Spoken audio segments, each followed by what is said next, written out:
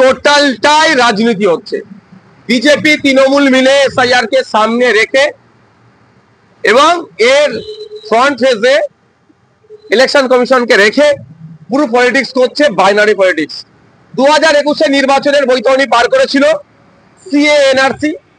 একটা রাজনৈতিক দল বলেছিল সিএ এনআরসি করে তাড়িয়ে দেবো, অপর রাজনৈতিক দল বলেছিল আমি থাকতে তাতে দেব না।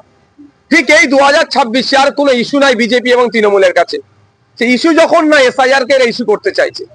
একদিকে শুভেন্দু বাবু বলছেন 1.5 কোটি রোহিঙ্গা আছে, উল্টো দিকে মমতা ব্যানার্জিরা বলছেন একটা ভোটাধিকার কাটতে দেবো না।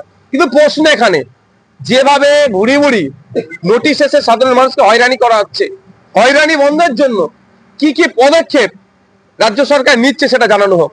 কেন অল পার্টি মিটিং ডাকতে পারছে না রাজ্য সরকার যেটা বন্ধের জন্য? দ্বিতীয়ত, পশ্চিমবাংলা বিধানসভায় শাসক দলের পক্ষ থেকে নিন্দা প্রস্তাব পাশ করিয়ে সেটা ইসিআই এবং সুপ্রিম কোর্টের অ্যাটাচমেন্ট করতে পারত।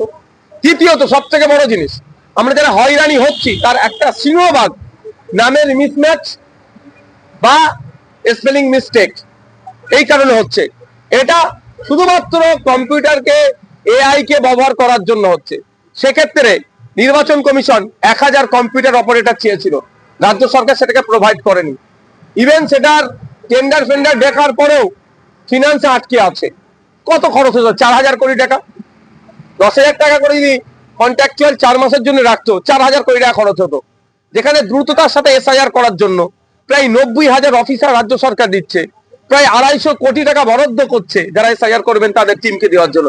সেখানে মাত্র 4 কোটি টাকা আর 1000 যদি কম্পিউটার অপারেটর নিত, তাহলে আমাদেরকে এই যে অহেতুক হয়রানি হচ্ছে, কে আরো স্বামীর টাইটেল এবং পিতার টাইটেল যুক্ত, পিতার টাইটেল স্বামীর টাইটেলকে যুক্ত করেছে, তাকেও ডাকা হচ্ছে।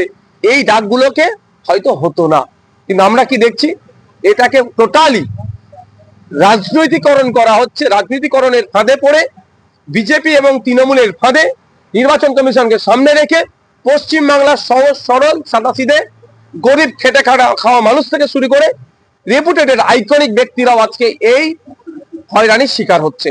এটা নিন্দাজনক। এই রাজনীতি যে করছে মমতা ব্যানার্জি এবং শুভেন্দু অধিকারীরা মিলে, এর জবাব বাংলার মানুষ 2026 ইলেকশনে দেবে।